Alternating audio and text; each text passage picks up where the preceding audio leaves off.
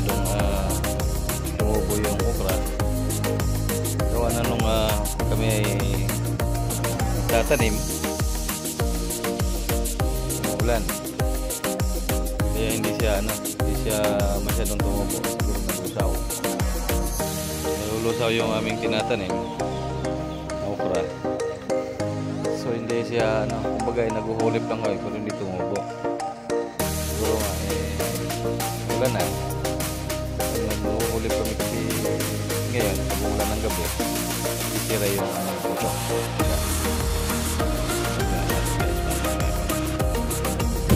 Guys, try natin kalabaw.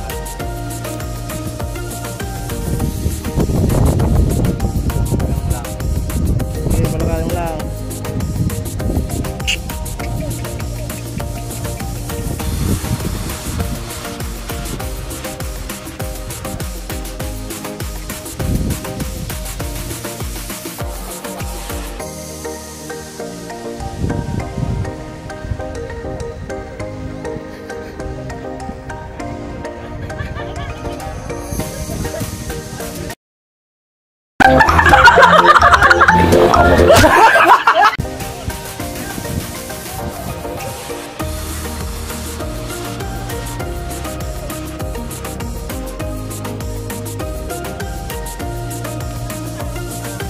Tinutulak yung araraw.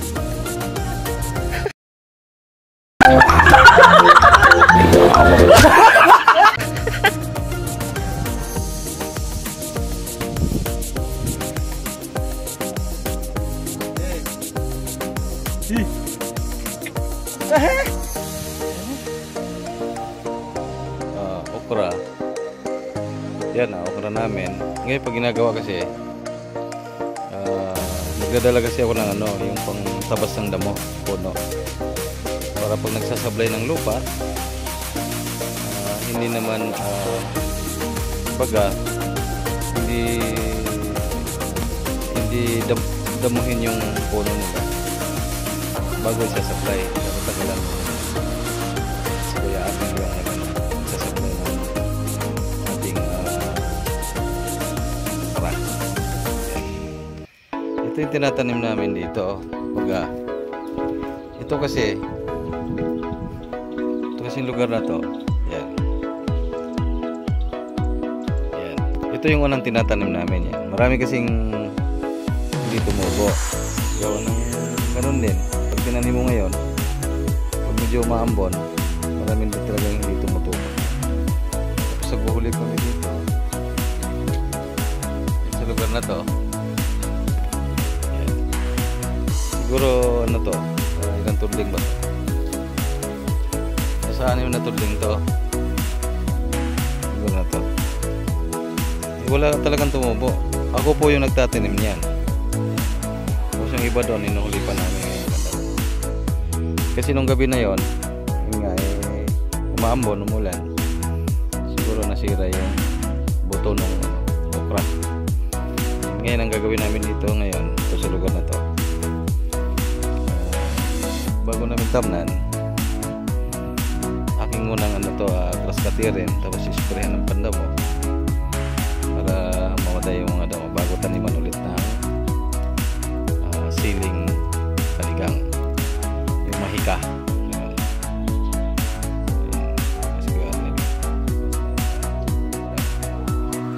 Higa mo na. Mahaba-haba din ko yan. Yun ba, wala ba natutumba? Pero naman, nagawa naman. Ano ba maganda kuya yung diskarte sa okra bago talagang maganda katulad ko hindi tumutubo ibubudbud lang ba? Ha? Ipupudla. Okra yun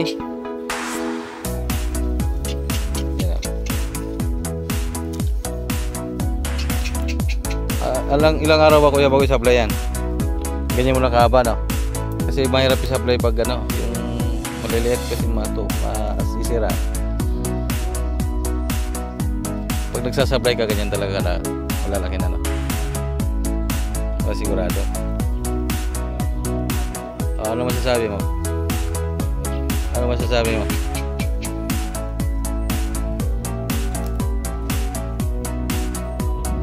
Ha?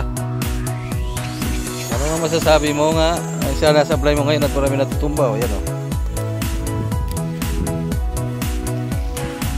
Yan. Dapat pala ito kuya, patabaan ano? Yung sinasablayan.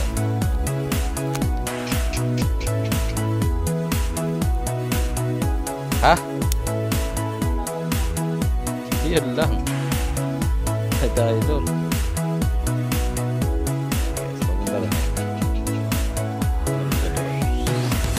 Baliit lang tingnan pero pag pupunta mo lang medyo maluwag-luwag rin.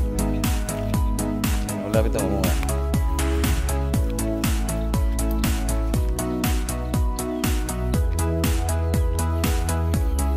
Kami yung nagtatanim yan. Ito lugar na tayo sa amin to. Pero mas maganda talaga sa lugar na to is Balagan. Para ano-ano itatanim namin. Ito yung gitna na to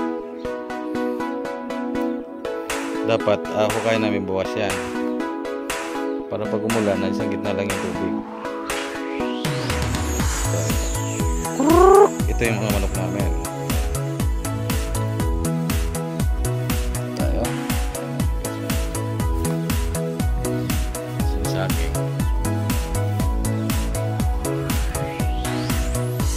ano lambat na ano.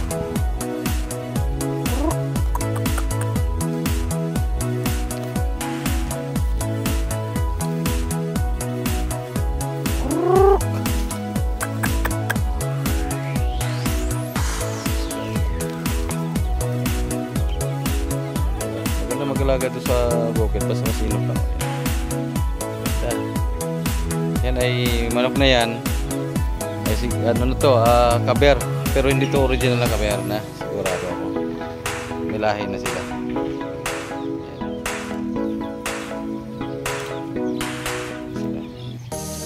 Marami pa yan sa kulungan na yun.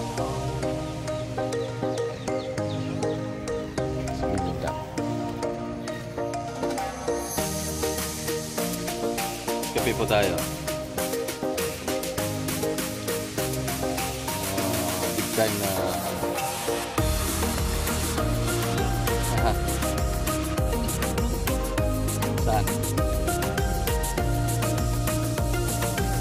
Kape po, kape. Kape tayo. Dapat pala nung inaangat lang ano? Dapat nalalalim mo lang. Ha? Pag ganyan?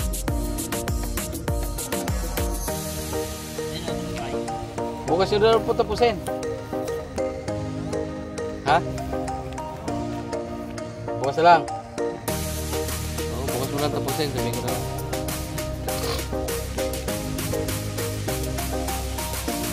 Sabihin ko na lang.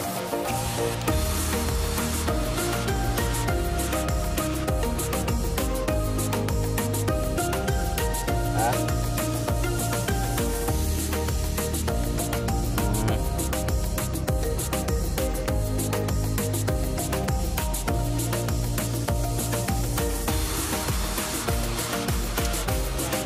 Ha? Saan? Gaganda ka mo yan bukas pag ano. Bukas mo lang Kuya Arnel tapusin. Ha? Sabihin ko na lang. Kasi wala na eh, gabi na, alas 6 na. Umuulan pa. Nag-practice tayong magkalabaw. Ay, siyempre, dating kasi gamay. So, muntik pang araruhin yung ating tanim na ano, na okra. Ito po kasi kami sa okra. Yung nakita mo kanina, medyo maliit lang. Ngayon kasi medyo yan bago ma-harvest yung okra. Nasa ano, nasa 45 days. Yan. Bago siya ano. Tapos pagitan lang ng ano, isang araw. Minsan dalawang araw. Hindi mo laki-laki rin. Kami yung nagdadamon yan kanina. Boy! Bigay ko lang tropa. Boleh, boleh. Masa nagulat ako sa kalabaw ah.